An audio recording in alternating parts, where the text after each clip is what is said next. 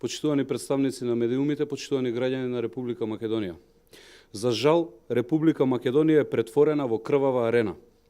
Оливер Спасовски си брка тендери и политика, полицијата ја нема на терен, а граѓаните ни се незаштитени.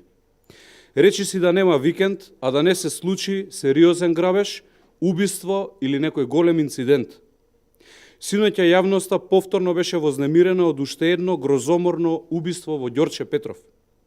Човек беше застрелан со еден куршум во глава во близина на касарната. Ова е класична ликвидација. ВМРО ДПМН е предупреди дека безбедносната ситуација ќе се влошува заради неспособноста на Оливер Спасовски и коалицијата со криминалците на Социјалдемократскиот сојуз. Ова убиство е уште еден доказ за тоа дека криминалот владее на улиците. Почитувани, неспособниот министер Спасовски МВР го претвори во статистичка институција за нотирање на убиства, грабежи, сомнителни пожари и насилства. Случаите остануваат или неразрешени, или убиците никогаш не се пронаоѓаат.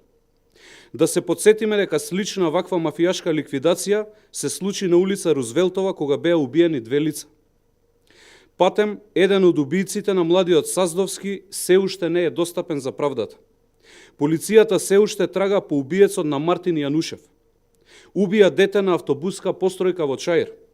Го ликвидираа дилавер Бојку Леку во неговиот локал. Беа опожарени десетици автомобили и уште стотина други слични вакви случаи. Уште колку убиства сред градот треба да се случат за Оливер Спасовски конечно да си поднесе оставка. Се додека тој е на врвот на МВР, криминалците ќе се чувствуваат охрабрени и заштитени. Црнилата и крвавите викенди се резултат на тоа што Оливер Спасовски е крајно неспособен и тоа мора да престане. Оливер Спасовски треба да замине за да дојде редот и мирот за нашите граѓани.